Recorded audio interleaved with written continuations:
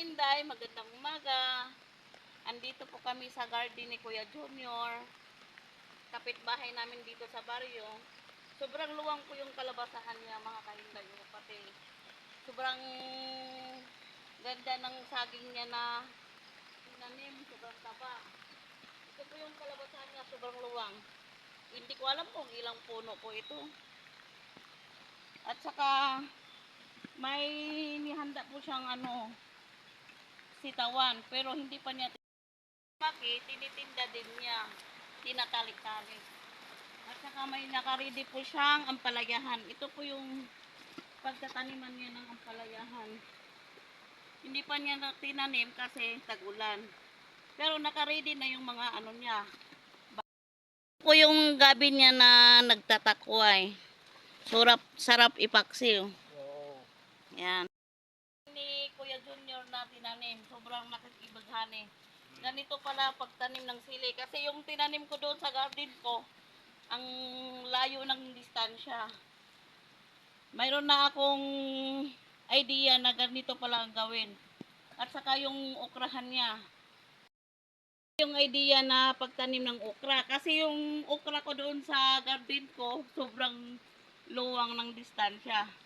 Mayroon na din akong idea sa garden ko doon sa kabila.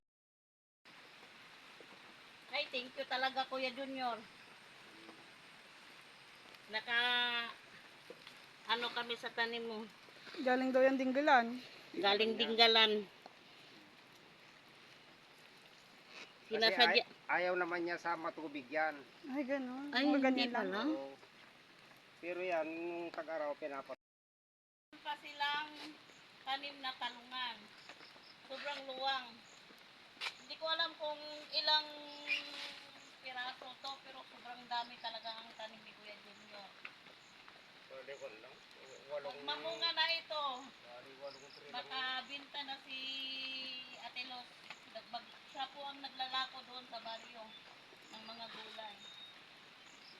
Sobrang sipag talaga ng mag-asawa. Nakakabighani talaga na may idea na ako na ganito pala ang magtanim ng talong. Kasi yung talungan ko doon sa garden ko, sobrang luwang ang distansya. Ganyan po yung distansya yung talungan ko doon. Ganyan. Mayroon na akong idea na pwede pala ilapit basta yung sa gitna niya ang maluwang. At saka yung niya, mga okra, dyan niya tinanim sa mga gilid-gilid.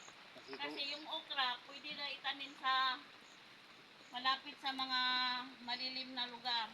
Kasi kung malayo, madaling tutumba kasi yun. Kung pag malapit. Yun nga daw ang sabi nila na pag malayo daw yung talong, distansya, pagtatanim,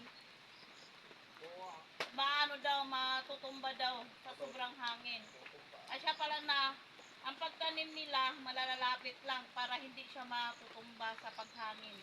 Kung sakaling magbagyo hindi siya matutumba agad kasi may nakasangga sa kanilang isa't isa. Pati yung sitawan ni Kuya Junior sobrang nakakabighani kasi matataba. Tumubo lang yan nun ng ibinoso nilipat ko dyan. Ito po yung naka-experience ako na garden na na nagkaroon ako ng idea na paano magtanim. Kasi yung garden ko doon,